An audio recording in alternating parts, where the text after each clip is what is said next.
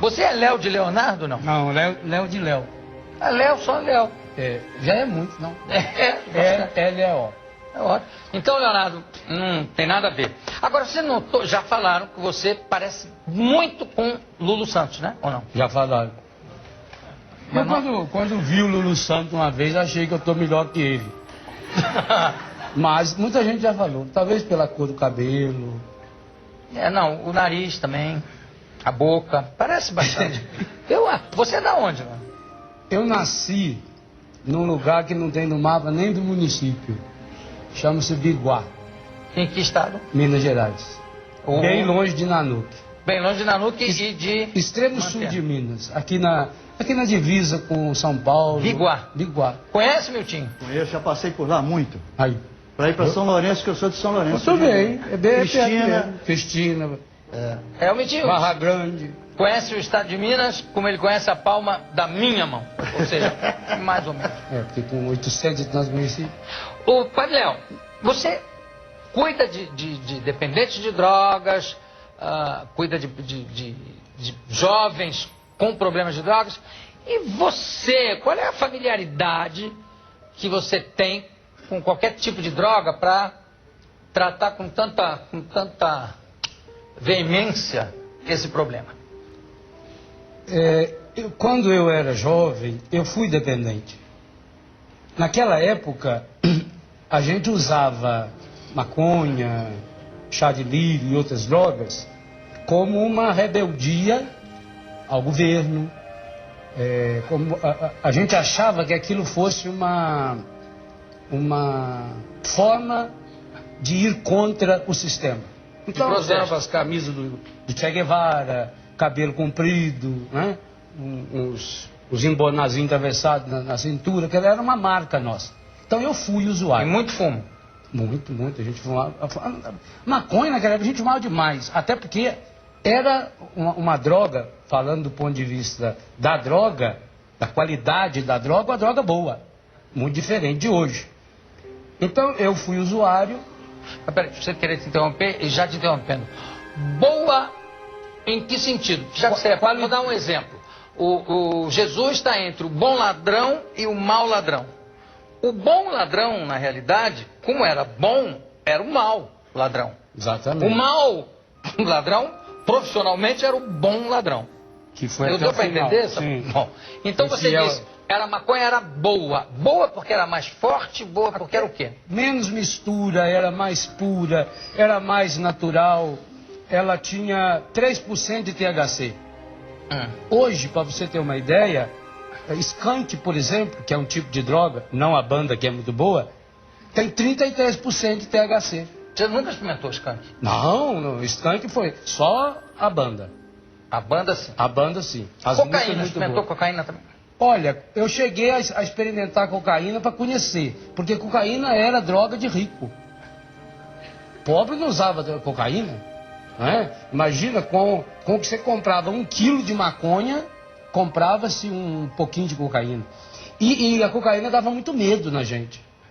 Porque como ela é uma droga que deixa a pessoa muito agitada interiormente, aquilo que a gente ouvia falar da cocaína deixava você com medo. É o talco do diabo. Exatamente. Enquanto a maconha deixava você muito bem.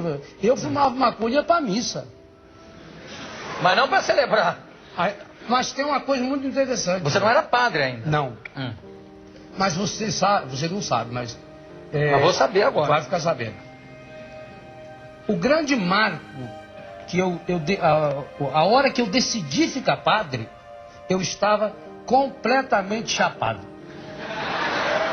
Olha que coisa incrível. Foi uma coisa, uma graça de Deus. Lá eu vi o dedo de Deus. Porque ia ter um show do hoje ministro Gilberto Gil. Ia ter um show do Gil e o jornal que eu ajudava pediu pra gente fazer a cobertura. Então, como ganhamos o ingresso de graça, vamos preparar antes o estoque de maconha para fumar. Então, eu levei... Era estoque, a gente fumava 8, 10 cigarros. Então, eu e o amigo fazendo. Me esgalhando a droga aqui e já fumando. E quando fomos fazer o último cigarro, eu pedi a ele que segurasse o papelzinho. E aquele resto que ficou aqui no papel, eu peguei e fui fazer isso aqui para aproveitar até o final o pozinho. Quando eu estava fazendo esse movimento no papel com o restinho da maconha, como eu já estava sob efeito da droga, eu me vi vestido de franciscano, passando a Droga forte essa, né? Passando a mão na patena, purificando a hóstia consagrada. Naquela hora, você veja, eu já chapado, eu comecei a rir e a chorar. Foi misturando choro e riso. E ele falava pra mim, pelo amor de Deus, cara, cala essa boca, se meu pai escuta, você vai ver aqui o que é. Mas eu não conseguia. Isso era antes de ir pro show. Antes de ir pro show. E aí, fomos pro show. Fomos pro show, não teve show. Deu um problema lá, o show foi transferido pro dia seguinte. E aí começou aquela baderna lá dentro, João.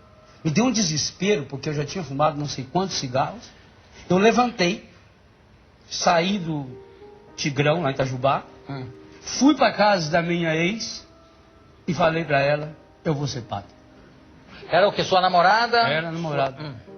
Mas, quer dizer, viviam já maritalmente? Não, naquela época não. Eu já disse alguma vez que eu nasci na época errada. Mas nem transar, nunca transou? Transou, claro. Com ela nunca transei. Sim, tudo bem, mas não é que você foi pro sacerdócio virgem. Você já tinha todas as experiências. Eu queria ter ido. Também. Outro dia eu fui entrevistar um bispo, ele com 70 e tantos anos, falou, sou virgem até hoje. Achei lindo e maravilhoso. Mas ele deve ter preferido a sua experiência. Você não sabe a história do rabino falando com o padre? E o padre, numa viagem de trem, o padre comendo com maior gosto um sanduíche de pernil. Aí ofereceu pro rabino. Sacanagem. Rabino, não quer um pouquinho de sanduíche de pernil?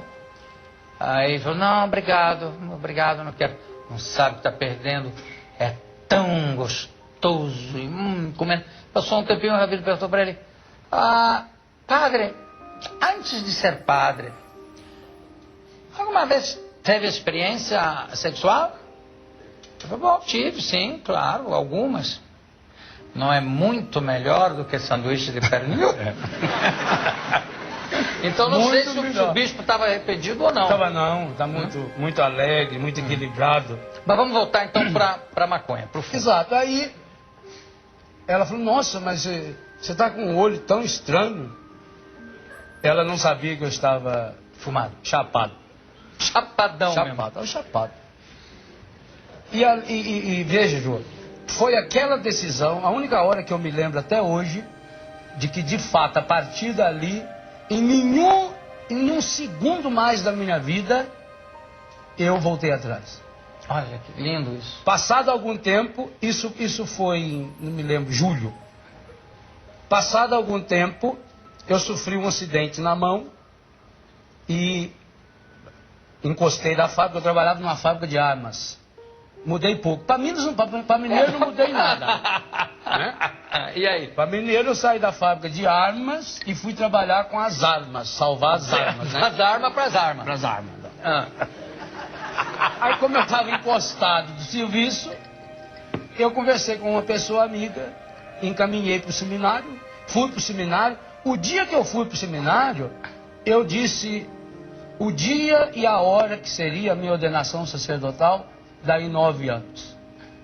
E errei por 1 hora por culpa do horário de verão, porque naquela época que eu decidi não tinha horário de verão. Senão eu teria acertado até na hora. O susto da sua namorada quando você disse, eu vou ser padre. Aí ela falou bem alto assim, mãe! A mãe dela estava na cozinha. O que foi? O Léo disse que vai ser padre. Bem, então que seja um bom padre. Aí ela se pôs a chorar. A gente se dava muito bem. E hoje em dia vocês ainda... Sim, grandes amigos até hoje. Ela, o marido, me visitava, não tem muito tempo. Que idade, Padre Léo, você tinha quando aconteceu isso? 21 para 22 anos. E quando é que você começou a usar maconha desse jeito? Com 18? Com 12 para 13. Com 12... Eu morava no Biguá. Aí vim para Itajubá estudar. Você imagina, veio um rapazinho bobo da roça. Vem estudar na cidade. Eu fumava cigarro comum, porque minha avó, eu passei a morar com ela. A minha avó era interessante, ela fumava, mas ela tinha nojo de pegar no fósforo. Então, ou ela acendia o cigarro dela no fogão de lenha, ou pedia pra gente acender pra ela. Pra gente acender, acabamos aprendendo a fumar assim. Então eu fumava, junto com a minha avó, junto com o meu avô. Isso era natural. Normal. Quer dizer, vem um bobinho desse, que já fuma cigarro comum, logo apareceu um amigo, eu não me lembro nem como. Então, com 12, 13 anos, eu já comecei. Nesse período, até os 21 para 22, teve épocas que foi mais intenso, tinha época que fumava bem menos. Mas sempre fumando? Sempre, e sempre sob controle. Eu nunca saí, hoje eu tenho certeza... A não ser quando estava, nessa vez, chapado, mas sabendo o que estava fazendo. Sabendo que... Mas eu te interrompi, você ia dizendo o quê? Sempre sob controle, a não ser... Não, eu digo, teve momentos em que eu fumei mais, momentos que fumei menos, fiquei algum tempo sem fumar, né? Mas usava álcool. E chás? Que tipo de chá? Cogumelo, o que mais? Na roça a gente fazia chá de tudo. Fazia chá de bosta de vaca. E dava resultado? Não dava. Você sabe que o efeito também é psicológico. Do chá de bosta de vaca deve ficar uma merda, no fundo. Fica uma merda. Sequinho, não é ruim não. Não é ruim não? Não e o que mais, além desse... O cogumelo do campo, chá de lírio, chá de fita. É isso que eu queria que você falasse. Como é que é esse negócio? Que fita? Chá de que fita? Como é que é isso? Aqui eu vou dar uma receita pra vocês não, mas... Isso aí já é coisa ultrapassada. Essas fitas, hoje não existe mais, né? Fita cassete. Fita de... Fita cassete. Fita cassete, de tocar em gravadorzinho. Você abria o gravador, a fita lá, tirava um pedação daquilo, fervia e bebia. E dava aquele... ficava louco. Mas dava que tipo de loucura? Tipo uma maconha? Uma mistura de... Uma mistura de maconha com álcool junto. Quer dizer que se pegar uma fita VHS, por exemplo, é um ácido. Eu não cheguei a usar. Se a fita de áudio dá... Isso é uma loucura. Mas isso acaba com a saúde, isso é soda pura. Evidente que acaba com a saúde, isso é um absurdo. Você vê o que eu estou falando? Não, falando porque hoje em dia não tem mais, essa fita nem existe mais, né, praticamente, e ninguém é louco de fazer isso. Tomara. Chá de fita. Chá de fita. Que coisa de louco. E fica completamente doido. Até, veja, hoje talvez um dependente, se fosse usar isso, o efeito para ele seria muito pequeno. Depende se é uma fita de 120 minutos, se é uma fita de... A quantidade. Porque como ele está acostumado com drogas muito pesadas, e a droga hoje é muito suja. O pior da droga hoje não é nem o efeito da droga, é a sujeira da droga. O que se mistura hoje na maconha, o que se mistura na cocaína e por aí afora é um absurdo. Bom, fui para o seminário. Como religioso no seminário, eu já atendi alguns jovens, fazendo pastoral. Logo que fui para Brusque, eu tinha 2 anos de seminário, atendi um caso muito grave de um rapaz que foi expulso do tiro de guerra por ser pego com droga. E aí, como eu atendi, logo veio a família de outro, e assim, os primeiros anos da minha formação, eu fui fazendo um trabalho de atendimento. Depois fiquei padre, voltei para Brusque, e aí eu fui ser diretor de um colégio.